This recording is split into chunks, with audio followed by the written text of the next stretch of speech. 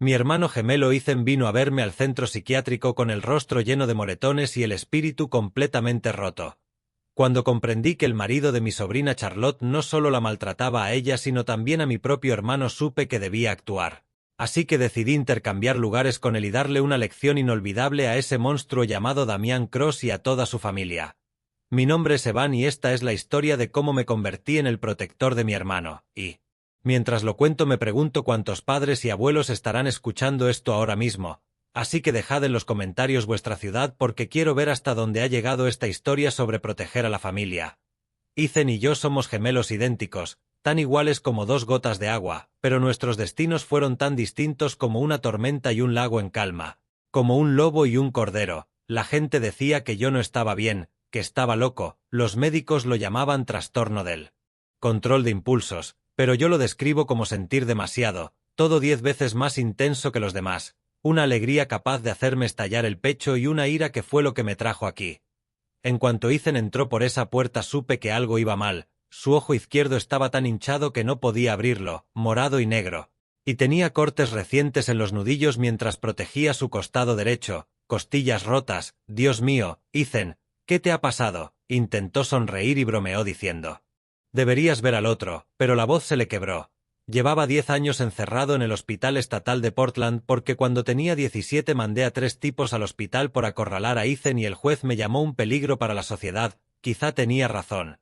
Es el marido de Charlotte, dijo Ethan dejándose caer en la silla. Damian Cross golpea a Charlotte todos los días y ahora ha empezado también con la pequeña Avery, que solo tiene 3 años. La silla crujió bajo mi agarre al pensar en la dulce Avery, una niña a la que solo conocía por fotos, y al escuchar que cuando Ethan intentó detenerlo el día anterior toda la familia lo atacó, su madre Beverly y su hermana Brenda lo sujetaron mientras él le daba con el cinturón. Aquella llama familiar ardió en mi pecho, pero esta vez no era caótica sino enfocada. Me acerqué a la ventana enrejada recordando 10 años haciendo flexiones, leyendo cada libro y aprendiendo a controlar la tormenta interior, creyendo los médicos que me rehabilitaban cuando en realidad me estaban forjando en algo más letal. Ethan, mírame de verdad. Levantó la cabeza y fue como mirarme en un espejo, la misma cara, las mismas cicatrices y el mismo remolino de cabello, solo que yo me había fortalecido mientras él se había ido debilitando a golpes. Éramos idénticos y nadie podía distinguirnos. Lo entendió en su único ojo bueno y murmuró Evan, no puedes, esa gente es peor que animales. Sonreí con frialdad y le dije hermano, llevo 10 años viviendo con animales, la diferencia es que estos están encerrados y aquellos andan sueltos. Le sujeté los hombros y le dije que él se quedaría allí donde estaba seguro mientras yo saldría a encargarme de Damian Cross para proteger a Charlotte y a Avery como debía hacerlo siempre. Por primera vez el rostro de Ethan mostró esperanza y en menos de 1 hora intercambiamos ropa, documentos e identidades, y 20 minutos más tarde salí por las puertas del hospital convertido en Ethan Miller, vistiendo su ropa gastada que olía a miedo y derrota.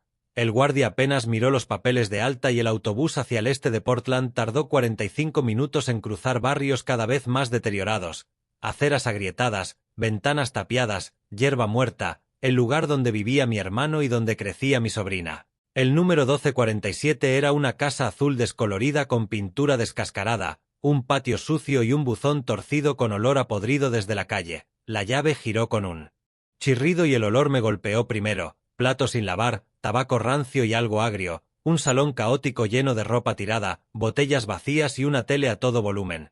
Desde la cocina se oían ruidos suaves de alguien intentando no hacer ruido y entonces la vi, Avery sentada en una esquina detrás de un cesto de ropa casi invisible, con un vestido rosa manchado demasiado grande para su cuerpecito y el cabello enredado rodeando un rostro que debería estar lleno de travesuras pero que solo mostraba cansancio. Me miró y se encogió más en la esquina susurrando abuelo, con mi corazón haciéndose pedazos al ver que aquella niña tenía miedo de su propio abuelo, así que me agaché y le dije hola cariño con suavidad. Desde la cocina una voz nerviosa preguntó papá ¿eres tú? Y Charlotte apareció en la puerta, tan demacrada que casi no la reconocí. La mujer vibrante que recordaba era ahora un fantasma, extremadamente delgada, con ojeras profundas y mangas largas pese al calor, sosteniendo un paño como si fuese un escudo. Susurró ¿es solo usted papá? Con alivio aunque mezclado con miedo y moviéndose como alguien que espera un golpe con los hombros encogidos y pasos cautelosos, y cuando se agachó a recoger un juguete gimió protegiéndose el costado. La casa narraba su historia con juguetes rotos, paredes marcadas, sin fotos ni decoración, solo supervivencia. Y mientras Charlotte volvía a la cocina moviéndose como un ratón, Avery seguía en su rincón con una muñeca sin cabeza, ambas existiendo en un estado de miedo constante, esperando el siguiente golpe. Yo intentaba procesar aquel infierno cuando unos pasos pesados tronaron por el pasillo y Beverly Cross apareció como un buitre con bata floreada y el pelo gris tirante en un moño, corpulenta, con ojos pequeños y crueles que miraban todo con desprecio y me llamó basura inútil exigiendo saber dónde había estado todo el día sentado mientras su hijo trabajaba para mantenerme. Charlotte se encogió y Avery se hizo aún más pequeña porque lo habían oído 1000 veces. Beverly pateó una botella y dijo que no extrañaba que Damián volviera estresado, y Brenda apareció desde un cuarto, una versión más joven y cruel de su madre, seguida de un niño de 5 años cubierto de chocolate y con aire engreído, que se burló anunciando que el tío Ethan había vuelto. El niño Caleb fue directo hacia Avery, le arrebató la muñeca sin cabeza diciendo que era estúpida y que ella también lo era, y al pedirle a Avery que se la devolviera él la estampó contra la pared y la empujó haciéndola caer, lo que hizo que Charlotte corriera gritando Caleb no, arrodillándose para abrazar a su hija mientras Beverly ladraba que no la mimara y Brenda tiró del brazo de Charlotte para apartarla diciendo que Avery debía aprender a compartir, empujándola hacia atrás mientras Caleb se preparaba para patear a la niña llorando. Algo en mí se rompió y crucé la habitación en un segundo agarrando el tobillo del niño en pleno movimiento para decirle no, sujetándolo con una fuerza férrea mientras él chillaba que lo soltara y yo le advertía que no debía tocarla ni quitarle sus juguetes ni empujarla, y Beverly corrió a defenderlo exigiendo que lo soltara, pero cuando me puse de pie ella tuvo que alzar la cabeza y dar un paso atrás al ver mis ojos. Le dije que su nieto necesitaba modales y ella protestó llamándome mantenido mientras retrocedía aún más. Declaré que las cosas iban a cambiar desde ese momento y Brenda agarró a Caleb diciendo que se iban al cuarto de la abuela mientras el niño protestaba, pero ella lo arrastró sin apartar la vista de mí y se encerraron murmurando asustadas. Charlotte seguía en el suelo con Avery entre los brazos mirándome con los ojos muy abiertos y preguntando qué me pasaba porque nunca me había enfrentado a ellas, a lo que respondí que quizá era hora de empezar. Y aunque la casa cayó en un silencio tenso supe que era la calma antes de la tormenta. A medianoche el rugido de una moto cortó el silencio como una sierra sobre vidrio y yo, tumbado en el sofá viejo del salón escuchando la respiración de Charlotte y Avery al fondo, supe que había llegado el momento que temía. Damián Cross volvía a casa. El motor murió con un estallido seguido de algo metálico cayendo al suelo, seguramente la moto, y unos pasos pesados y tambaleantes subieron por el camino con insultos arrastrados por el alcohol. Me incorporé despacio sintiendo cada músculo tenso porque ese era el monstruo que llevaba años aterrorizando a mi familia y estaba a punto de entrar borracho, furioso y buscando a quien hacer daño. La puerta se abrió de golpe y Damián apareció como una pesadilla hecha carne, un tipo alto y corpulento venido a menos, con camisa grasienta y vaqueros que apestaban a cerveza y tabaco, la cara roja por el alcohol y unos ojos pequeños y crueles que recorrían la sala. Gritó llamando a Charlotte exigiendo agua y desde la habitación se oyeron susurros asustados y el llanto de Avery, mientras él pateaba una silla que chocó contra la pared y me miraba con la misma expresión con la que se mira algo que se va a aplastar, esperando que yo retrocediera como antes, sin saber lo equivocado que estaba. Me ordenó levantarme y desaparecer cuando llegara a casa, pero me puse de pie despacio, casi a su altura aunque 10 años de encierro me habían convertido en algo más duro que él, y le dije que esa casa era de Charlotte porque ella pagaba el alquiler, lo que lo enfureció hasta levantar la mano para pegarme. Pero su bofetada borracha era tan previsible que la atrapé en el aire como si fuese un lanzamiento lento, dejándolo boquiabierto al intentar soltar su brazo sin éxito. Apreté solo lo suficiente para que entendiera y le dije que teníamos que hablar sobre las nuevas reglas, pero trató de pegarme con la otra mano y también la atrapé dejándolo totalmente indefenso. Así que establecí la primera regla apretando su muñeca derecha hasta que crujió como una rama seca mientras él gritaba, y la segunda golpeándole el plexo solar con precisión para dejarlo sin aire y desplomado. Desde el pasillo se oyeron puertas y susurros pero nadie se atrevió a mirar.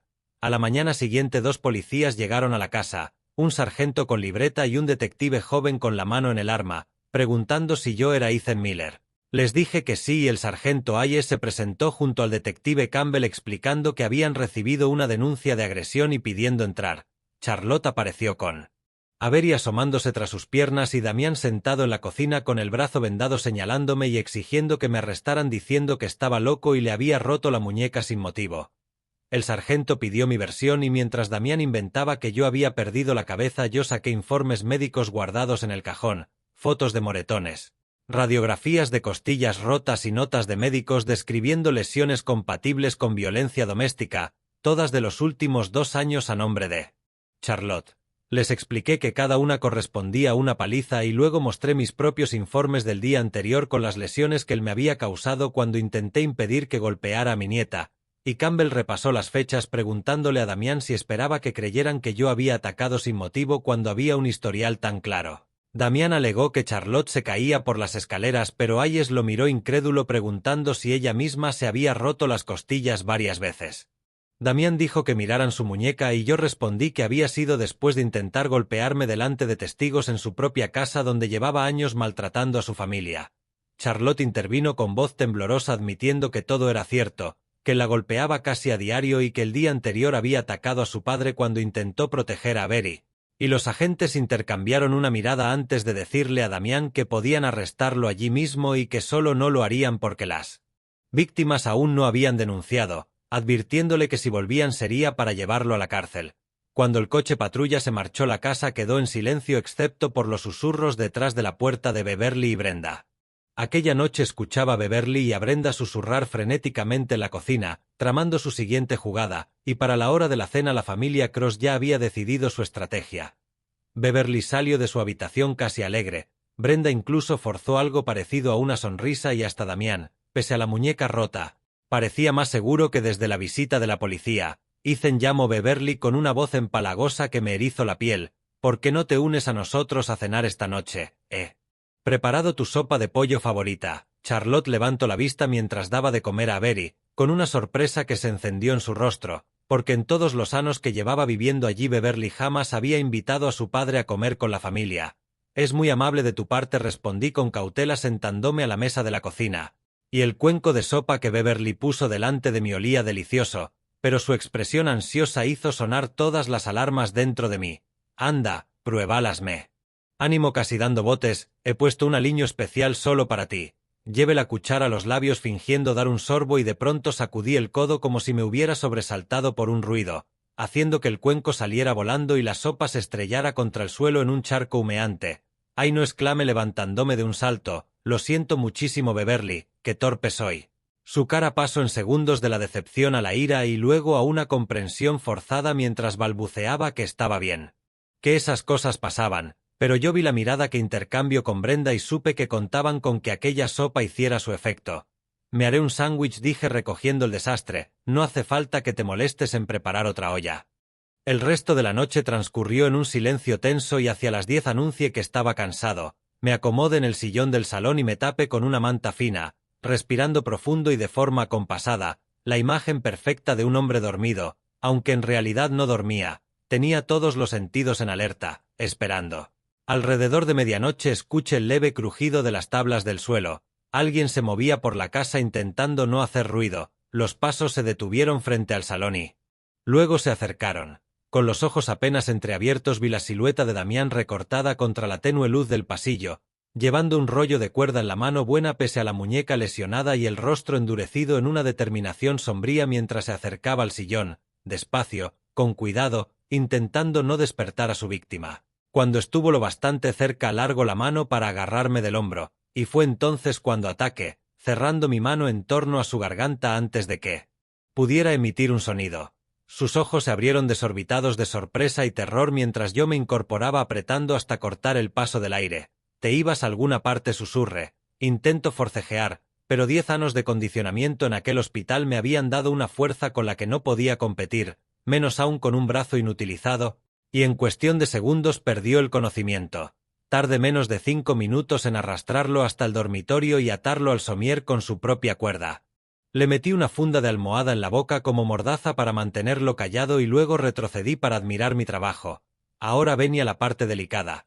Salí por la puerta trasera del dormitorio que daba al pequeño patio, rodeé la casa hasta el lado donde estaba la habitación de Beverly y Brenda, y tras tomar aire comencé a golpear la pared y a gritar a pleno pulmón ayuda, Beverly, Brenda, me está pegando, ayudadme por favor, acompañando los gritos con gemidos creíbles y golpes de muebles para hacer más realista la escena. Se ha vuelto loco, va a matarme, ayudadme. En cuestión de segundos escuché pasos corriendo hacia el dormitorio y Beverly irrumpe primero empuñando un rodillo de madera como arma, con el rostro retorcido por una ferocidad casi jubilosa, seguida de cerca por Brenda con el mango metálico de una fregona en la mano y el entusiasmo de quien lleva años esperando este momento. ¿Dónde está? Siseo Beverly entrecerrando los ojos en la oscuridad. ¿Dónde está ese viejo bastardo? El cuarto estaba en penumbra salvo por una tira de luz del pasillo y en la cama solo alcanzaban a distinguir la silueta de una figura atada y forcejeando, con sonidos ahogados detrás de lo que parecía una mordaza.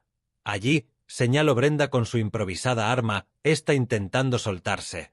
Lo que no veían en la oscuridad era que yo estaba agazapado en la esquina con la cámara del móvil grabando todo, ni que la persona atada a la cama no era yo sino Damián, esto por romperle la muñeca a Damián. Exclamó Beverly alzando el rodillo sobre su cabeza y descargándolo con fuerza sobre las costillas de la figura, y el grito ahogado que siguió debería haberlas hecho dudar, pero estaban tan embrutecidas por la sed de venganza que no notaron que aquel sonido no era el que esperaban. Y esto por avergonzar a nuestra familia, gritó Brenda girando el mango de la fregona como un bate y golpeando lo que creía que era mi hombro, pero en realidad era el brazo ya lesionado de Damián, provocando más gritos ahogados y un forcejeo desesperado contra las cuerdas. Dale más fuerte, jadeaba Beverly, descargando una y otra vez el rodillo, hazle pagar por creer que podía enfrentarse a nosotras. Brenda entró en un frenesí golpeando al hombre indefenso. Tú te crees muy duro ahora, viejo, pero no lo eres tanto cuando no puedes devolver los golpes.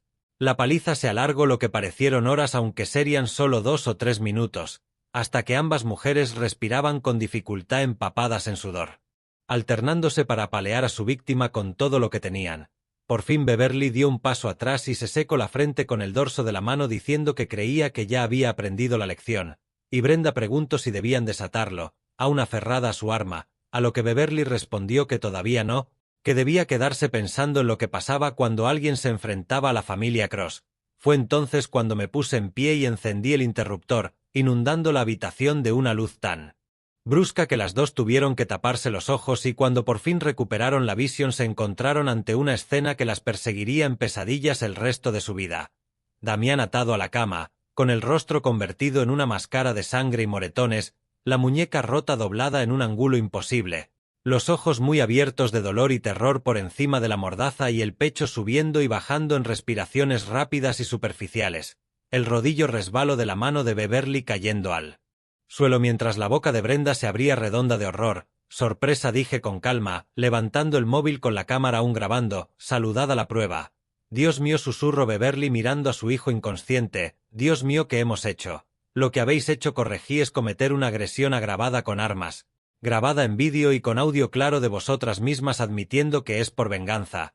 Brenda temblaba tanto que casi no podía mantenerse en pie balbuceando que ellas pensaban, y yo la corté, recordándole que yo había dicho que Damián me estaba pegando y que ellas asumieron que el atado era yo, una suposición que acababa de costarles cerca de 10 años de cárcel. Beverly cayó de rodillas junto a la cama alargando las manos temblorosas hacia Damián y murmurando: mi niño, lo siento, no sabía, no quise, pero yo la detuve con un no lo toques. Ya has hecho bastante daño. Y levanté de nuevo el teléfono asegurándome de que vieran la luz roja de grabación mientras les explicaba lo que iba a pasar. Iba a llamar al 911, ellas irían a la cárcel y aquel vídeo se encargaría de que se quedaran allí mucho tiempo. Las dos lloraban ahora, por fin conscientes de lo que acababan de hacer. En pocos minutos estaba al teléfono con emergencias denunciando una agresión grave y el aullido de las sirenas cortó la noche como una sinfonía de justicia, mientras las luces rojas y azules tiñían el callejón estrecho de destellos al llegar 2 patrullas y una ambulancia que se abrieron paso hasta la puerta. El oficial Hayes entró primero con la mano en la pistola hasta verme de pie y tranquilo en el salón, seguido de cerca por el detective Campbell y 2 camilleros empujando una camilla. Señor Miller, ¿qué ocurre?, preguntó Hayes, y yo respondí que lo que ocurría era que tenía pruebas en vídeo de una agresión agravada con armas, guiándolos hasta el dormitorio donde Beverly y Brenda estaban acurrucadas en un rincón en estado de shock y Damián yacía inconsciente en la cama con la respiración superficial y trabajosa. Uno de los paramédicos soltó un Jesucristo al ver el estado de Damián y se puso de inmediato a comprobar constantes. murmurando que aquel hombre estaba muy mal, con múltiples contusiones, posible hemorragia interna y una muñeca totalmente destrozada. Campbell observó el rodillo manchado de sangre y el mango metálico en el suelo, luego a las dos mujeres y les dijo que estaban detenidas por agresión agravada, pero nosotras pensábamos intentó protestar Beverly, y el detective la cortó diciendo que le daba igual lo que hubieran pensado, que habían apaleado a un hombre con armas mientras estaba atado a una cama y que eso para él era intento de homicidio. Hayes ya les leía sus derechos ajustándoles las esposas mientras Brenda sollozaba sin control y Beverly no apartaba la mirada de su hijo inconsciente. El vídeo lo muestra todo, explique a Campbell entregándole el móvil. Entran con armas, reconocen que es por venganza y lo golpean durante varios minutos mientras está indefenso. El detective vio la grabación y su expresión se fue endureciendo cada segundo hasta comentar que era una de las pruebas más claras de agresión que había visto y que aquellas mujeres se irían por mucho tiempo. Los paramédicos colocaron a Damián en la camilla trabajando a toda prisa para estabilizarlo y diciendo que debían llevarlo de inmediato al Hospital General de Portland porque tenía al menos 3 costillas rotas y temían una hemorragia interna. Mientras lo sacaban, Beverly gritaba entre sollozos: Damián, mi niño, lo siento, no sabía que eras tú. Y Hayes se limitó a decir guárdalo para el juez mientras la empujaba hacia el coche patrulla. En menos de una hora la casa quedó vacía salvo por Charlotte, Avery, yo y un niño de 5 años totalmente desconcertado. Caleb estaba en medio del salón mirando las manchas de sangre y los muebles volcados tratando de procesar lo que había pasado en su mundo, con su abuela y su madre arrestadas, su tío en el hospital y aquel viejo al que había estado intimidando convertido de pronto en la figura al mando. ¿Dónde está mi mamá?, preguntó con voz pequeña, y yo le expliqué agachándome a su altura que su madre y su abuela habían hecho algo muy malo, que habían herido a alguien y que por eso la policía tuvo que llevárselas. Su labio inferior empezó a temblar, porque por muy repelente que hubiera sido seguía siendo solo un niño asustado cuya realidad se acababa de derrumbar, y susurró que si él también estaba en problemas. Eso depende, respondí con seriedad. ¿Te acuerdas de cómo trataste a Avery?, asintió avergonzado.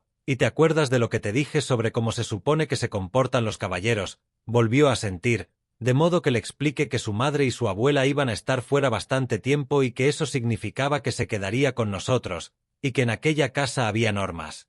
Me levanté y fui hacia donde Avery asomaba detrás de las piernas de Charlotte y le dije solemnemente a Avery, te nombro reina de esta casa, y luego me volví hacia el niño para añadir: Caleb, tú eres ahora Sir Caleb, caballero jurado a proteger a la reina Avery y a asegurarte de que esté feliz y segura.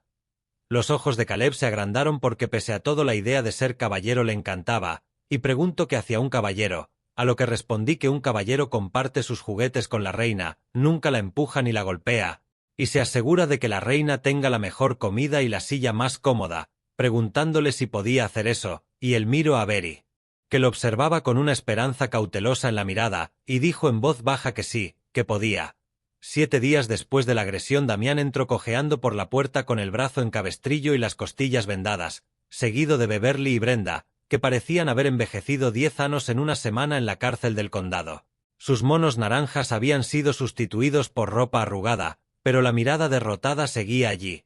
Vaya, vaya, dije desde mi asiento en la mesa de la cocina donde ayudaba a Avery con un libro de colorear. Ya estamos todos. Damián apenas podía mirarme, consciente de que su propia madre lo había apaleado tanto que había necesitado cirugía para reparar la hemorragia interna, una ironía que ninguno pasábamos por alto. Hemos vuelto, murmullo sin levantar la vista. Las acusaciones se retiraron cuando me negué a declarar, a lo que respondí que generoso por su parte, pero que teníamos que hablar del nuevo acuerdo. Me levanté y fui hasta la encimera donde tenía preparada una carpeta llena de documentos, explicando que ahora que todos estaban de vuelta era hora de saldar cuentas, y Beverly entrecerró los ojos preguntando qué tipo de cuentas. Pues veamos, dije abriendo la carpeta, 7 años de Charlotte pagando el alquiler de esta casa mientras ellos vivían a su costa, 7 años de facturas médicas por los abusos de su hijo, 7 años de terapia por el trauma que mi nieta iba a necesitar, dolor y sufrimiento, daño emocional, y deslice una hoja por la mesa. $400.000, eso es lo que le deben a esta familia. La mandíbula de Damián se desencajó repitiendo que $400.000, que si estaba loco, que ellos no tenían ese dinero, y respondí que entonces tendrían que conseguirlo, liquidando bienes, pidiendo préstamos, vendiendo lo que fuera, que no me importaba cómo, pero iban a pagar. Brenda soltó una carcajada amarga preguntando y si no, y yo levanté el teléfono mostrando el vídeo ya copiado en varias nubes, advirtiendo que entonces aquel material se haría viral en todas las redes sociales, sus caras, sus nombres, sus voces admitiendo la agresión, y que luego intentaran encontrar trabajo o vivienda. La habitación quedó en silencio salvo por el sonido de los lápices de Avery sobre el papel, y añadí que había una cosa más, que Charlotte se divorciaría de Damián aquel mismo día porque los papeles ya estaban presentados. Charlotte salió del dormitorio con ropa limpia y una pequeña maleta, y por primera vez Enano se mantuvo erguida con los hombros hacia atrás y la cabeza alta para anunciar que se llevaba a Avery y se iba a vivir con su padre, el de verdad. ¿Cómo que el de verdad?, preguntó Beverly con suspicacia, justo cuando la puerta se abría una vez más y Ethan entraba. Mi hermano gemelo parecía más sano que Enanos, con el rostro menos hundido y los ojos claros y vivos, saludando a todos con una sonrisa y comentando que los médicos decían que su mejoría era notable, que era sorprendente lo que una semana de paz y tranquilidad podía hacer por la salud mental de un hombre. La familia Cross los miró a él, luego a mí y otra vez al intentando asimilar lo que veían, mientras yo les explicaba que, mientras ellos estaban ocupados destruyéndose entre sí, mi hermano estaba recibiendo la ayuda que necesitaba y yo estaba consiguiendo la justicia que mi familia merecía. Ethan rodeó los hombros de Charlotte y le dijo: «Vamos, cariño, vamos a casa». Y mientras nos preparábamos para irnos me volví hacia aquellos tres seres rotos sentados a la mesa de la cocina para recordarles que durante 7 años habían convertido la vida de mi familia en un infierno porque pensaban que podían, porque nos creían débiles y que nadie se enfrentaría a ellos. Pero que lo que nunca entendieron de la familia era que cuando hieres a uno nos hieres a todos y que cuando amenazas a nuestros hijos despertas algo en nosotros que no quieres conocer. Los miré a los tres a los ojos y añadí que a veces las personas que crees débiles solo están esperando el momento adecuado para demostrarte lo fuertes que son de verdad. Salimos de aquella casa sin mirar atrás. Charlotte consiguió el divorcio, nosotros conseguimos nuestro dinero y Avery obtuvo la infancia que merecía, pero sobre todo nos recuperamos los unos a los otros. Porque al final la familia no se trata solo de sangre, sino de quien está dispuesto a luchar por ti cuando el mundo se oscurece, de quien está dispuesto a cambiarse por ti cuando ya no puedes pelear, de un amor más fuerte que el miedo y de un valor más profundo que la ira. Al mirar atrás esta historia real comprendo que me convertí en alguien que nunca pensé que sería, que 10 años en aquel hospital no me rompieron sino que me forjaron como un arma, pero que aún así no deberías volverte como yo ni dejar que la ira te consuma hasta que la violencia sea tu único idioma. Pasé una década aprendiendo a controlar mi rabia, pero en él fondo debería haber aprendido a canalizarla de otra forma, porque Dios nos dio fuerza no solo para pelear sino para proteger. La lección no es que tengas que romper huesos para defender a tu familia, sino que debes plantarte antes de llegar a ese punto. Esas historias de abuelo que nos contamos sobre estar demasiado viejos, demasiado débiles o demasiado cansados para marcar la diferencia son mentiras. La edad no te vuelve impotente, te da sabiduría, y la experiencia no te hace frágil, te vuelve peligroso para quienes se alimentan de los inocentes. Mi consejo es que no esperes a que tu familia esté destrozada para actuar, que no dejes que los matones te convenzan de que mantener la paz significa aceptar el abuso y que nunca pienses que ser amable es ser débil. Esta historia real me enseñó que a veces el amor se parece a la furia y que a veces proteger a tu familia significa convertirte en la tormenta que otros temen, pero que Dios me perdone, ojalá hubiera encontrado otra manera. La verdadera lección de estas historias de abuelo no va sobre venganza sino sobre reconocer las señales pronto, hablar antes, pedir ayuda antes de que la situación explote, porque una vez cruzas la línea que yo cruce ya no hay vuelta al hombre que fuiste. En cada familia hay alguien como Ethan, alguien dulce que necesita protección, y en cada familia debe haber alguien dispuesto a ser el escudo. Solo intenta ser un escudo más inteligente que yo. Esta historia real nos cambió a todos y rezo porque la tuya tenga un final más suave. Si esta historia te hizo pensar en los protectores de tu propia familia, compártela con alguien que necesite escucharla. Deja un comentario contando una vez en la que alguien se puso de tu lado y no olvides suscribirte para más historias reales que importan. Porque a veces las historias de abuelo más poderosas son las que nos recuerdan de lo que somos capaces cuando el amor está en juego. Se está haciendo mayor y más olvidadizo, nos preocupa su capacidad para mantener una propiedad tan grande, le dijo mi hijo Sterling al agente inmobiliario sin saber que yo estaba escuchando. En la cena de acción de gracias demostré lo afilada que seguía siendo mi memoria y destruí sus vidas con un solo sobre. Antes de contarte que había dentro de ese sobre, deja en los comentarios desde donde nos escuchas si crees que la traición de la familia es la peor de todas. Jamás imaginé que mis propios hijos conspirarían para robarme mi casa y enviarme a morir a una residencia, pero aquí estamos. Me llamo Harrison Clark y pasé 40 años construyendo puentes, sé de cimientos, de puntos de tensión y de cómo las pequeñas grietas se convierten en fallos catastróficos, pero lo que no supe ver fueron las fracturas que se formaban en mi propia familia. Esta mansión victoriana ha cobijado a los Clark desde 1897 y cuando Marta murió hace 8 años yo me convertí en su único guardián, decidido a mantener viva su memoria a través de las tradiciones. Cada acción de gracias abría estas puertas como ella hacía, dando la bienvenida a nuestros 3 hijos de vuelta a Bull Street, dejando que Garrett, Sterling y Vivian llenaran estas habitaciones de risas como en los viejos tiempos. Durante años funcionó, la casa volvió a respirar, la vajilla de Marta brillaba, sus recetas calentaban la cocina y por unos instantes el duelo se levantaba como la niebla matinal sobre el río Savannah, pero los cimientos se mueven y lo que empieza, siendo un simple asentamiento, puede volverse más peligroso. Empecé a notar cosas que un ingeniero nota, cambios en la distribución de cargas, patrones de tensión que se desplazaban, llamadas telefónicas que se cortaban cuando yo entraba, conversaciones sobre el valor de las propiedades disfrazadas de interés casual, miradas que medían las molduras del techo en lugar de admirarlas. Mis hijos dejaron de ver un hogar y empezaron a ver activos, la casa que había protegido a 4 generaciones. Estaba siendo tasada por las mismas personas a las que había protegido y el puente que yo había construido entre el pasado y el futuro empezaba a soportar un tráfico que nunca había previsto. Este año se sentía diferente aunque no podía calcular exactamente por qué. Quizás fueran las llamadas en voz baja de Sterling o el modo en que Amanda empezó de repente a fotografiar habitaciones que había ignorado durante décadas, o quizá fuera la forma en que me miraban, no como hijos mirando a su padre, sino como contratistas evaluando la vida útil restante de una estructura. Tengo 65 años y he aprendido que los fallos más peligrosos ocurren despacio y a la vista, hasta que un día todo se viene abajo, y debería haber calculado lo mismo con mi familia, haber comprobado la capacidad de carga de la sangre y la lealtad. Pero todo estaba a punto de cambiar de una forma que no hubiera imaginado. A veces el puente que crees sólido lleva años desmoronándose en silencio bajo tus pies y no te das cuenta hasta que ya estás cayendo. Durante 8 años los recibí con los brazos abiertos sin sospechar que veían mi generosidad como debilidad. El deterioro fue sistemático, profesional. En el año 2015 Garrett trajo flores para la tumba de Marta, en 2016 trajo una cinta métrica. Vi cómo mi comedor se convertía en el cuarto de guerra de Sterling con papeles desparramados como planes de batalla, llamadas a medianoche y mis alfombras persas gastándose bajo el IRI. Venir de sus pasos mientras murmuraba solo necesito respaldo mirando las molduras del techo como si ahí estuviera su salvación. Amanda empezó a fotografiarlo todo para los recuerdos, aseguraba, pero sus ojos calculaban metros cuadrados, no sentimientos. Vivian perfeccionó el arte de la indefensión estratégica, sonrisas dulces durante la cena y misteriosos dolores de cabeza a la hora de recoger.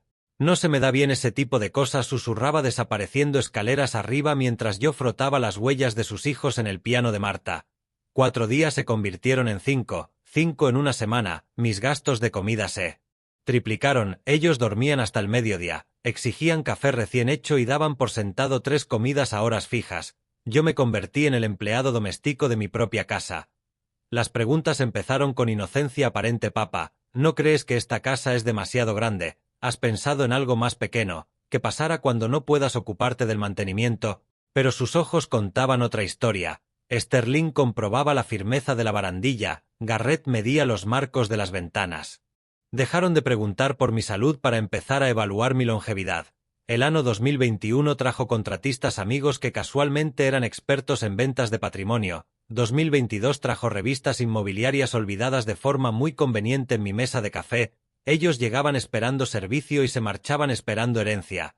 Yo cocinaba para 12, limpiaba para 12 y recibía a 12, y ellos me trataban como al cuidador de su futura propiedad. El punto de quiebre llegó la última Navidad, cuando encontré a Amanda en el dormitorio de Marta revolviendo los joyeros, diciendo que solo admiraba el gusto de mamá mientras el programa de tasaciones que tenía abierto en el teléfono contaba otra cosa. Para el año 2022 ya no recibía familia. Dirigía un resort gratuito para desconocidos desagradecidos que solo compartían mi ADN. Algo se estaba desplazando en la dinámica familiar, pero yo aún no veía que, como la fatiga del metal, el daño ocurría en lugares que no podía medir hasta el día en que toda la estructura fallaría catastróficamente. Lo que no sabía era que ellos ya habían empezado la demolición. La primera grieta en su fachada apareció en una sofocante tarde de agosto cuando regrese de la ferretería antes de lo previsto, y esa dinámica cambiante que había intuido se reveló de la forma más devastadora posible. Había ido a por burletes, una de esas tareas de mantenimiento que impiden que una casa con 126 años se desmorone. Pero el calor de Georgia era brutal incluso para finales de verano y recorté mis gestiones cuando la humedad se volvió insoportable. La puerta principal se abrió en silencio, algo de lo que siempre me había enorgullecido, esas bisagras bien engrasadas con las que Marta solía bromear diciendo que me hacían parecer un fantasma entrando en casa. Pero aquel día ese silencio me serviría de formas que no podía imaginar. La voz de Sterling llegaba desde mi despacho, segura y profesional. Sí, es una victoriana de 1897 en el distrito histórico, ubicación inmejorable, suelos originales de madera en todo, valor de mercado actual fácilmente 2,8 millones. Me congelé en el pasillo con la bolsa de la compra aún en la mano. Se está haciendo mayor y más olvidadizo. Nos preocupa su capacidad para mantener una propiedad tan grande. Continuó Sterling con un tono clínico y desapegado, como si hablara de un edificio deteriorado y no de su padre. La voz al otro lado, pequeñita a través del altavoz, sonaba profesional, explicando que el momento de mercado era crucial, que el otoño solía ser la mejor época para esa demografía porque los compradores pensaban en asentarse antes de las fiestas. Las piernas me fallaban y me apoyé en la pared junto al recodo de la escalera, fuera de la vista. Hemos investigado residencias. Siguió Sterling. Sunset Manor tiene críticas excelentes, atención completa y jardines preciosos. Sería mucho más feliz allí. La voz de Catherine se sumó a la conversación preguntando cuándo podían venir a hacer una valoración completa, añadiendo que preferían resolverlo antes de que él se encariñara demasiado con quedarse, demasiado encariñado con mi propia casa. La familia está de acuerdo en que es lo mejor para todos, sentenció Sterling con la autoridad de quien jamás se molesta en preguntar qué quiere el afectado. Retrocedí despacio, mi precisión de ingeniero fallando por primera vez en décadas, con las manos temblorosas. Mientras dejaba la bolsa en la cocina y los burletes quedaban esparcidos sobre la encimera de Marta como pruebas de mi propia obsolescencia.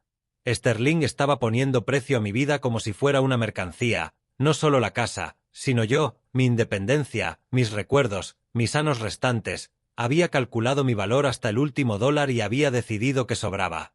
Aquello no era una preocupación espontánea por un padre anciano sino premeditación, planificación. Llevaban tiempo hablando de mí futuro sin mí, decidiendo dónde viviría, cómo moriría y qué pasaría con todo lo que Marta y yo habíamos construido juntos. Lo peor no era la traición sino la eficiencia despreocupada con la que lo hacían, hablando de enviarme a Sunset Manor como quien organiza el almacenamiento de muebles viejos. En ese momento entendí que mis hijos ya no venían a visitar a su padre, venían a tasar su herencia y yo era solo un obstáculo para la liquidación. Necesitaba saber hasta dónde llegaba aquella traición. Y si se trataba solo de codicia o de algo aún peor. Ellen se acercó a mí nerviosa aquella mañana de septiembre, sujetando algo que lo cambiaría todo. Habían pasado 2 semanas desde que escuché la conversación inmobiliaria de Sterling y llevaba esos días estudiando a mis hijos como si fueran planos estructurales, buscando señales de un daño más profundo. Debería haber sabido que sería Ellen quien me mostraría hasta qué punto se había agrietado ya el cimiento. Llevaba más tiempo siendo parte de nuestra familia que muchos matrimonios, llegando cada mañana con la quieta eficiencia que Marta siempre había apreciado, pero aquella mañana su calma habitual estaba sustituida por algo que nunca le había visto. Miedo. Señor Clark, dijo con la voz apenas por encima de un susurro, hay algo que tiene que ver.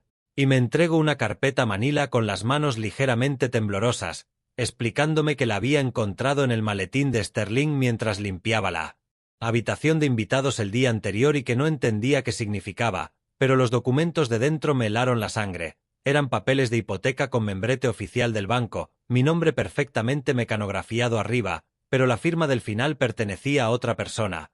Esa no es mi letra, dije, aunque los dos lo sabíamos ya. Y agarré el teléfono para llamar al First National con las manos más firmes de lo que deberían, porque años de gestión de crisis en obras me habían enseñado a funcionar incluso cuando todo se derrumbaba. ¿Ha habido algún tipo de error con mi hipoteca?, le dije al responsable de préstamos, pero él respondió que no había ningún error. que mi préstamo sobre el valor de la vivienda se había aprobado hacía 3 meses por $120.000 y que mi hijo Sterling había presentado todos los poderes notariales correspondientes. La habitación se inclinó a mi alrededor cuando respondí que jamás había firmado ningún poder, y el silencio al otro lado se estiró como un cable sometido a demasiada tensión antes de que el hombre dijera: señor, creo que debería venir en persona cuanto antes. La voz de él cortó mi shock. Señor Clark, ¿hay más? Y sacó su teléfono mostrándome una nota donde llevaba tiempo apuntando algo.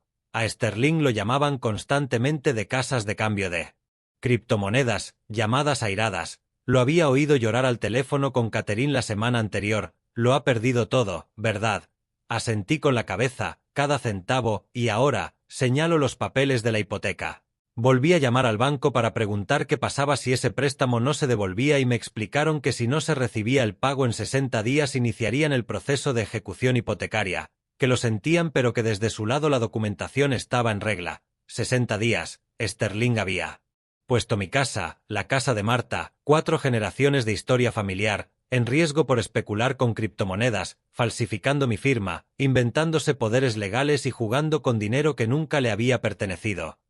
Ellen se sentó en silencio mientras yo asimilaba la magnitud de lo que mi hijo había hecho, que no era solo planear robarme la casa sino que ya la había robado, porque aunque la escritura siguiera mi nombre ahora el banco era el verdadero dueño gracias al fraude de Sterling. ¿Qué clase de hombre roba a su propio padre? Pregunté a la habitación vacía y Ellen respondió en voz baja el tipo desesperado. Pero señor Clark, los hombres desesperados hacen cosas desesperadas, y si ha sido capaz de falsificar su firma, no necesito terminar la frase. Si Sterling era capaz de cometer fraude hipotecario, ¿qué más estaba dispuesto a hacer?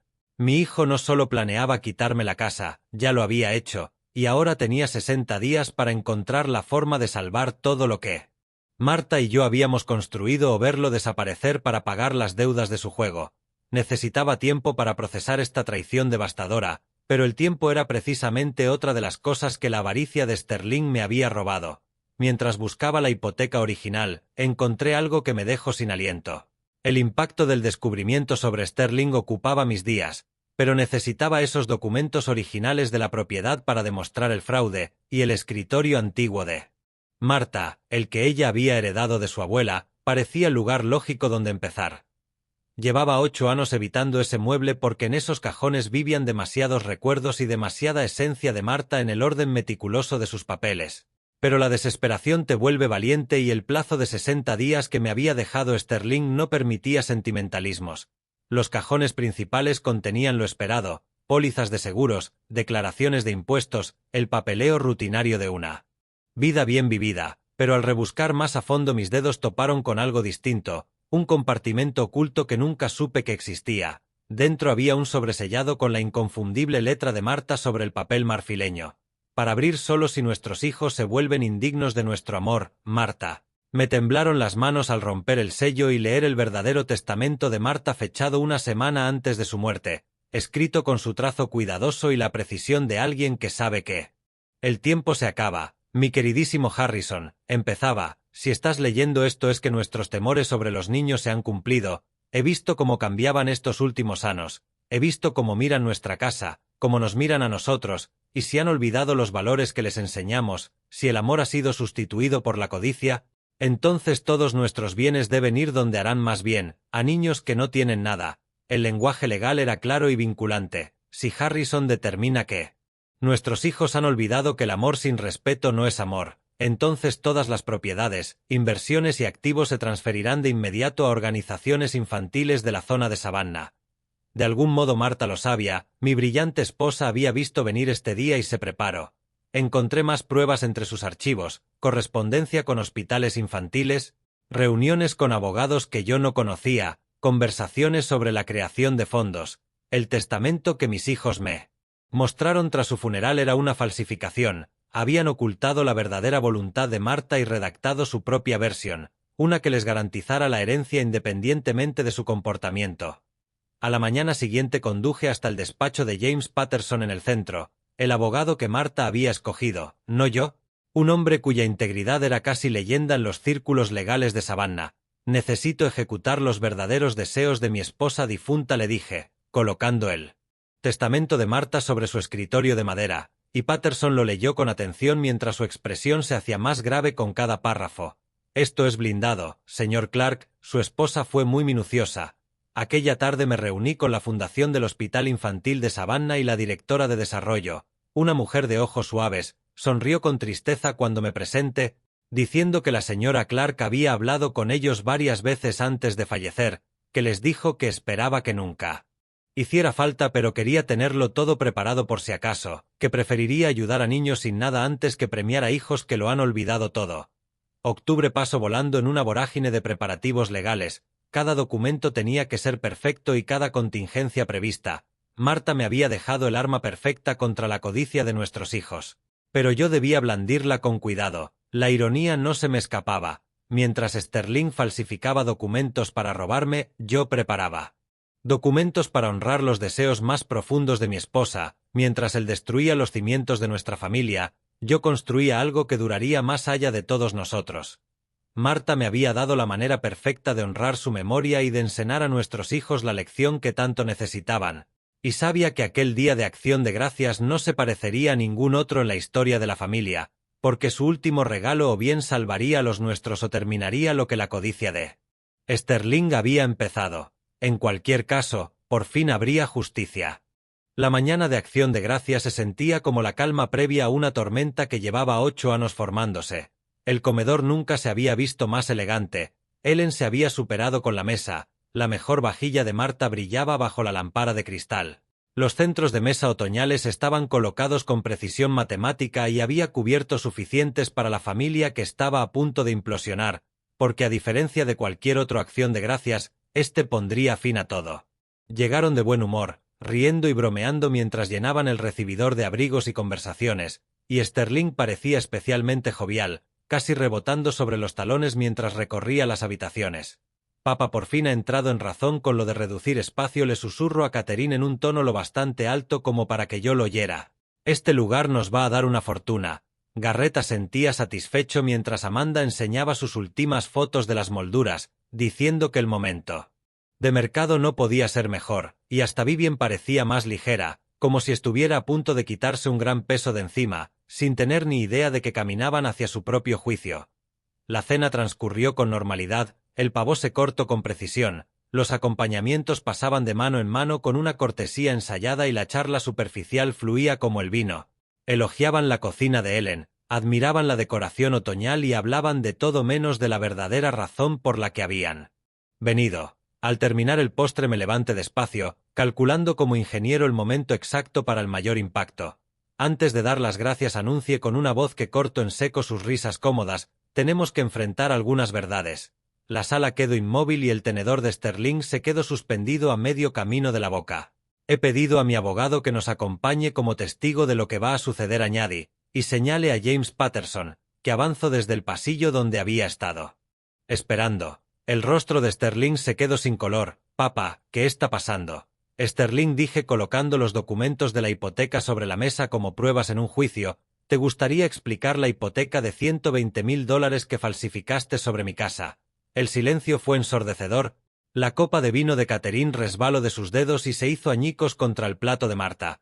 Puedo explicarlo, tartamudeó Sterling con la voz quebrada como un adolescente cazado robando. Iba a decírtelo. Apostaste $120,000 robados en criptomonedas, continué con la voz firme como roca, dinero que obtuviste falsificando mi firma y fabricando poderes notariales. Garrett se puso en pie de un salto proclamando que no sabía nada de eso, que él era abogado y que podrían inhabilitarlo, mientras Catherine le susurraba entre lágrimas que Sterling le había prometido que se lo contaría. Pero yo aún no había terminado. Hay algo más que deberíais saber, dije sacando el sobresellado de Marta. El verdadero testamento de vuestra madre, y leí en voz alta las palabras de Marta, su voz llenando la sala desde más allá de la tumba. El amor sin respeto no es amor. Si nuestros hijos han olvidado los valores que les enseñamos, todos los bienes irán a organizaciones infantiles. Vivian rompió el silencio entre sollozos diciendo que ellas nunca habían visto ese testamento, y respondí que claro, porque lo habían ocultado y redactado uno falso, igual que Sterling falsificó los papeles de la hipoteca. La representante de la fundación caritativa dio un paso al frente tal y como habíamos acordado, y yo anuncié que, siguiendo los deseos de Marta y mi propia conciencia, donaba aquella casa y todo mi patrimonio a la fundación del Hospital Infantil de Savannah. Las palabras les golpearon como un impacto físico. Amanda se llevó la mano al pecho. Douglas se agarró a la mesa para no caer y Sterling parecía a punto de vomitar. Y tú, Sterling, añadí mirándole a los ojos llenos de pavor al FBI. Le va a interesar mucho tu fraude hipotecario. James ya ha hecho la llamada. El momento de silencio absoluto que siguió fue distinto a cualquier otro que hubiera vivido. Era el sonido de una familia destruyéndose, de la codicia encontrándose por fin con sus consecuencias y de la sabiduría de Marta imponiéndose desde más allá de la tumba. Ese silencio no duró mucho, porque lo que vino después no fue simple enfado sino pánico desesperado al comprender de pronto que aquello ya no era una discusión familiar sino ruina financiera, cargos penales y la destrucción total de todo lo que daban por seguro. Sterling fue el primero en resquebrajarse. Papá, puedo explicarlo. Iba a contártelo, con la voz subiendo de tono como un hombre que se ahoga en sus propias mentiras, y Catherine gritó que necesitaban el dinero, que el negocio de Sterling se hundía y que tenían acreedores llamando a diario. Pero Garrett, siempre el abogado, entró en modo autoprotección de inmediato, proclamando que no sabía nada del fraude hipotecario, que él era colegiado y que podrían inhabilitarlo. Amanda, con el rostro deformado por la rabia, gritó que aquello era una locura y que yo no podía regalar la herencia de sus hijos, que ellos tenían derechos, mientras Vivien rompía a llorar suplicando: papá, por favor, nunca quisimos hacerte daño. Solo nos preocupaba que estuvieras solo en esta casa tan grande. Douglas intentó hacer de mediador con la voz temblorosa proponiendo que lo paráramos todo, que habláramos en privado, que buscáramos un arreglo, pero yo me mantuve completamente sereno con la fortaleza de Marta corriendo por mí como barras de acero en el hormigón. Vuestra madre predijo este momento exacto, dije sacando más páginas de la carta de Marta, en las que ella escribía que, cuando se enfrentaran a su propia avaricia, culparían a todos menos a sí mismos, se harían las víctimas mientras victimizaban a otros y reclamarían derechos que nunca se habían ganado y amor que jamás habían dado. La exactitud de sus predicciones era devastadora, porque cada palabra que había escrito se estaba cumpliendo al pie de la letra.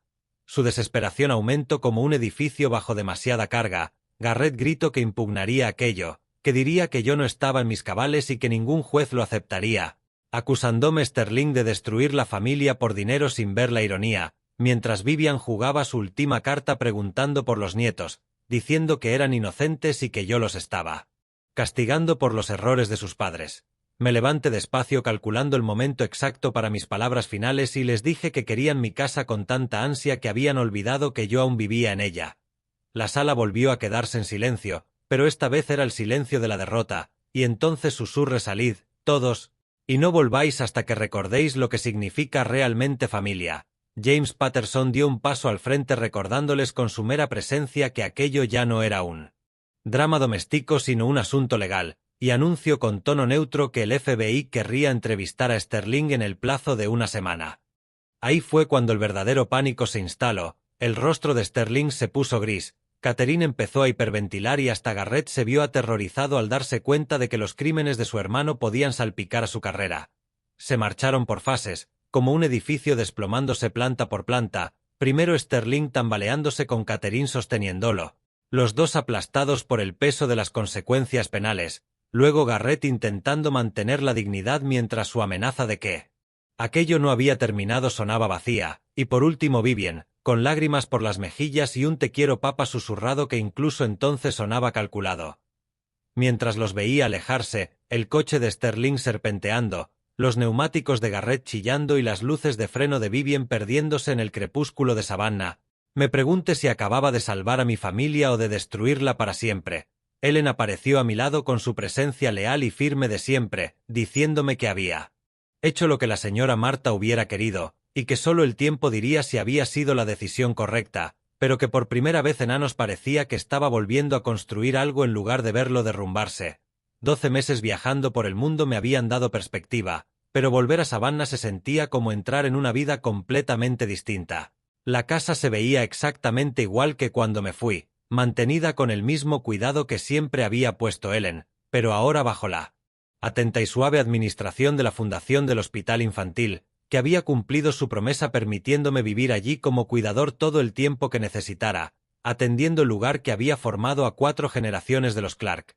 Si había tomado la decisión adecuada se vería en las 3 llamadas que recibí durante mi última semana en Escocia. Vivien llegó primero en una tarde de noviembre fresca, sin la fragilidad indefensa que recordaba, caminando de otra manera, con los hombros hacia atrás y la mirada directa, como alguien que por fin había aprendido a sostener su propio peso, y sin rodeos me dijo que se había divorciado de Douglas, que por fin se había plantado como yo le enseñé aquella acción de gracias. Me contó su nuevo trabajo como profesora en una escuela de barrio humilde, trabajando con niños que no tenían nada y aún así sonreían, y me confesó que trabajar con niños sin nada le había enseñado lo que de verdad importaba, reconociendo que la carta de mamá tenía razón sobre todos ellos. Garrett llegó al día siguiente con sus hijos, pero no eran los niños consentidos y destructivos que recordaba. Tyler sujetaba la puerta para su hermana Emma y ambos pidieron permiso antes de sentarse, asegurándome que su padre les había dicho que se habían comportado como malcriados y que querían ganarse ahora su paga, añadiendo Emma con seriedad que habían aprendido a dar las gracias de verdad y no solo porque los adultos se lo exigieran. Garrett parecía mayor pero también más olido, sin arrogancia y con humildad.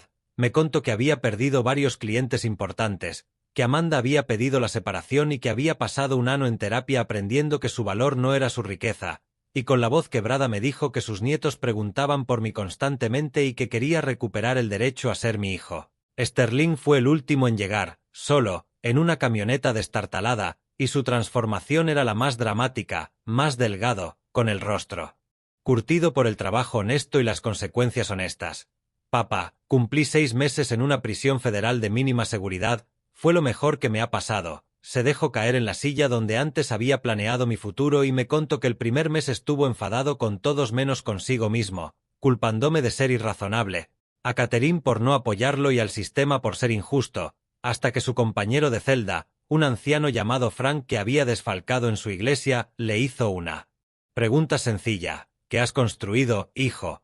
Me dijo que le hablo de sus negocios fracasados, sus planes y sus esquemas, y que Frank solo negó con la cabeza diciéndole que le había preguntado qué había construido, no que había quitado, confesando que en 63 años nunca había levantado nada duradero, solo había extraído de quienes confiaban en él. Esa noche Sterling no pudo dormir y empezó a leer en prisión, no libros de negocios ni manuales para hacerse rico, sino libros sobre carácter e integridad, escribiendo cartas hacia mí que nunca envió disculpándose por cosas que ni siquiera sabía que había hecho mal. Su destino de trabajo era la cocina, de 6 de la mañana a 6 de la tarde fregando platos, fregando suelos y sirviendo comida a hombres que habían cometido los mismos errores que él. Sus manos sangraron la primera semana porque nunca había hecho trabajo real.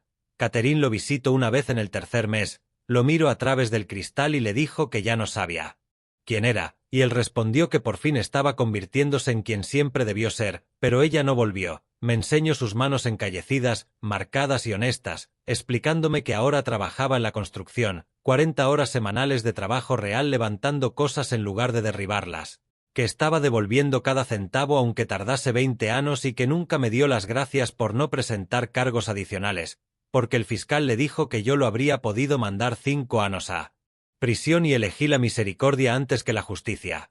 Su voz temblaba cuando admitió que había olvidado todo lo que Marta y yo les enseñamos sobre ganarse las cosas en vez de tomarlas, y que la cárcel le enseñó la diferencia.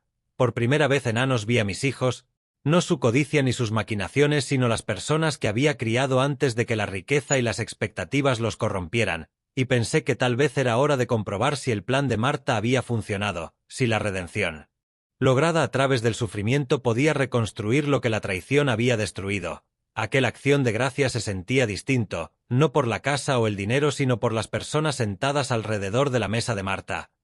El comedor estaba igual y Ellen había mantenido cada detalle con un cariño meticuloso, pero la energía era otra. En lugar de 12 cubiertos para gente que se sentía con derecho a estar allí, había 8 para quienes entendían el valor de la gratitud. Sterling llegó primero con una tarta de calabaza casera algo torcida pero con un olor celestial. Sonrió tímido diciendo que había aprendido a cocinar en la cárcel, que Frank le había enseñado la receta de su abuela y que un hombre que no sabe alimentarse no puede alimentar a su familia. Garrett llegó después con sus hijos, ahora educados y considerados, y Vivien fue la última. Moviéndose por la casa con decisión, organizando las fuentes y coordinándose con Ellen, diciendo que ya no era la niña indefensa, que la cárcel había enseñado a Sterling a cocinar y el divorcio a ella a cuidarse sola. Al sentarnos a cenar note algo extraordinario, todos ayudaban. Sterling cortaba el pavó con el cuidado de alguien que valora cada recurso. Garrett servía el vino controlando su propia copa y Vivien se aseguraba de que todos tuvieran lo que necesitaban antes de sentarse ella. La conversación también era distinta. En lugar de banalidades me preguntaban cosas reales sobre mis viajes pero también sobre mi salud, mi soledad durante aquel año fuera y mis esperanzas de futuro. Cuéntanos Escocia, papá, pidió Garrett, ¿cuál fue tu parte favorita? Y respondí con sinceridad que la gente, que en cada lugar había conocido familias que habían atravesado tiempos duros pero se habían mantenido unidas, y que eso me hizo darme cuenta de algo importante. Me levanté sintiendo la presencia de Marta tan cerca como si estuviera a mi lado y anuncié que la organización había aceptado permitir que la familia recomprara la casa, pero solo si eran capaces de demostrar que entendían su verdadero valor. Vi esperanza en sus rostros, pero no la codicia desesperada de antes, y les expliqué que no se trataba del dinero sino de los recuerdos que crearíamos allí, de los valores que transmitiríamos y del amor que eligiéramos dar y recibir. Saqué la página final de la carta de Marta, la que había guardado para ese momento, donde ella escribía que la verdadera herencia no era el dinero sino el carácter, que el mayor regalo que unos padres pueden dejar a sus hijos es enseñarles su propio valor y que el amor debe ganarse, cuidarse y no darse jamás por hecho. Sterling se secó las lágrimas reconociendo que lo habían olvidado y yo admití que sí, durante un tiempo, pero que olvidar no es definitivo si uno está dispuesto a recordar. Ellen apareció en el marco de la puerta con la expresión satisfecha de quien ha visto un pequeño milagro diciendo que la señora Marta estaría orgullosa mientras todos recogíamos juntos, de verdad juntos, y sentí algo que no había sentido en años. Paz. No perdí a mi familia aquella acción de gracias de hace 2 años, la encontré, porque a veces amar significa dejar que la gente caiga para que aprenda a levantarse, y a veces el acto más bondadoso es negarse a seguir alimentando la debilidad. La mayor herencia que podía dejarles no era esta casa ni ninguna suma de dinero, sino el conocimiento de su propio valor y la comprensión de que el amor de verdad, debe ganarse, mantenerse y nunca darse por sentado. Marta tenía razón en todo, incluso desde más allá de la tumba, sobre todo desde más allá de la tumba. Al mirar atrás este viaje comprendo el error crucial que casi me cuesta todo lo que amaba, que esperé demasiado para poner límites a mis hijos, que durante 8 años confundí permitir con amar y su comodidad con mi éxito como padre. No seas como yo, no esperes a que tu familia tome tu generosidad por debilidad antes de actuar, porque el amor sin respeto no es amor sino una transacción que terminará arruinando tu alma. La lección más dura que aprendí es que a veces lo más amoroso que puedes hacer es dejar que las personas enfrenten las consecuencias de sus decisiones. Cuando descubrí la traición de mis hijos sentí que Dios ponía a prueba mi fe en los valores que Marta y yo habíamos intentado inculcar, pero Dios tiene esa forma de actuar a través de nuestros momentos más oscuros, ¿verdad? El testamento oculto de Marta no era solo preparación legal sino sabiduría divina. Ella entendió que la verdadera herencia no son el dinero ni las propiedades sino el carácter y la integridad. Estas historias de abuelo que nos contamos sobre la lealtad familiar pueden volverse peligrosas cuando nos impiden exigir el respeto más básico. Esta historia real me enseñó que los límites no son muros sino puentes hacia relaciones más sanas, que cuando mis hijos tocaron fondo por fin miraron hacia arriba, que los meses de Sterling en prisión, la terapia de Garrett y la nueva independencia de Vivien no fueron castigos sino la forma que tuvo Dios de redirigir sus caminos. Las historias de abuelo más poderosas no van de consentir nietos ni de mantener la paz a cualquier precio, sino de enseñar a la siguiente generación que el amor debe ganarse y cuidarse. Cada historia real de conflicto familiar tiene potencial de redención si somos lo bastante valientes para exigir algo mejor. Al terminar de compartir estas historias de abuelo agradezco cada momento doloroso, porque esta historia verdadera sobre el derrumbe y la reconstrucción de nuestra familia demuestra que nunca es tarde para elegir el respeto por encima de la comodidad. A veces amar significa decir que no y a veces el mayor regalo que puedes darle a tus hijos es dejar que caigan para que aprendan a ponerse en pie. Si mi historia resuena en tu corazón, comparte tus propias experiencias en los comentarios. Cuéntame si alguna vez has tenido que elegir entre mantener la paz y exigir respeto en tu familia. Compártela con alguien que necesite escucharla y no olvides suscribirte a nuestro canal para más historias reales que nos recuerdan lo que de verdad importa en este mundo.